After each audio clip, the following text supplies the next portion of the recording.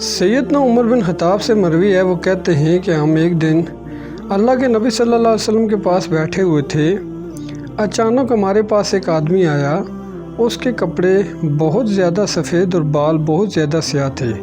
نہ تو اس پر سفر کی کوئی علامت نظر آ رہی تھی اور نہ ہم میں سے کوئی اسے پہچانتا تھا۔ بہرحال وہ آیا اور نبی کریم صلی اللہ علیہ وآلہ وسلم کے پاس اس طرح بیٹھ گیا کہ اپنے گھٹنے آپ صلی اللہ علیہ وآلہ وسلم کے گھٹنوں کے ساتھ ملا دیے اور اپنے ہاتھ آپ صلی اللہ علیہ وآلہ وسلم کی رانوں پر رکھ دیے اور کہا، ہے محمد، مجھے اسلام کے بارے میں بتاؤ کہ اسلام کیا ہے؟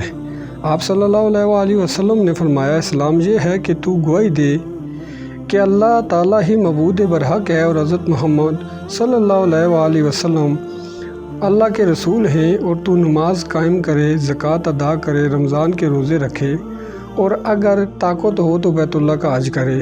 اس نے آگے سے کہا، آپ نے سچ کہا ہے۔ ہمیں بڑا تعجب ہوا ہے کہ یہ شخص سوال بھی کرتا ہے اور تصدیق بھی کرتا ہے۔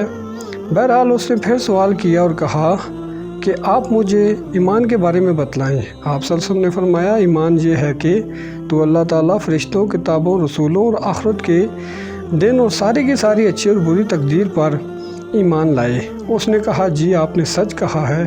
اس نے تیسرا سوال کرتے ہوئے کہا، اب آپ مجھے احسان کے بارے میں بتائیں، احسان کیا ہوتا ہے؟ آپ صلی اللہ علیہ وسلم نے فرمایا، احسان یہ ہے کہ اللہ کی عبادت اس طرح کرو گویا کہ تو اسے دیکھ رہا ہے، اور اگر تو نہیں دیکھ رہا تو وہ تجھے دیکھ رہا ہے۔ اس نے پھر سوال کیا کہ آپ مجھے قیامت کے بارے میں بتائیں۔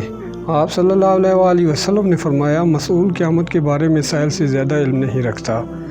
اس نے کہا، تو پھر آپ مجھے اس کی علامات کے بارے میں بتائیں۔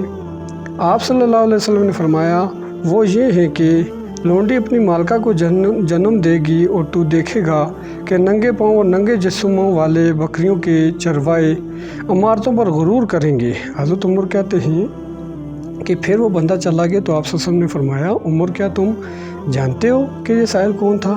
میں نے کہا، جی اللہ اور اس کا رسول بہتر جانتے ہیں۔ تو آپ صلی اللہ علیہ وسلم نے فرمایا، یہ جبریل تھے، تم لوگوں کو دین کی تعلیم دینے آئے تھے۔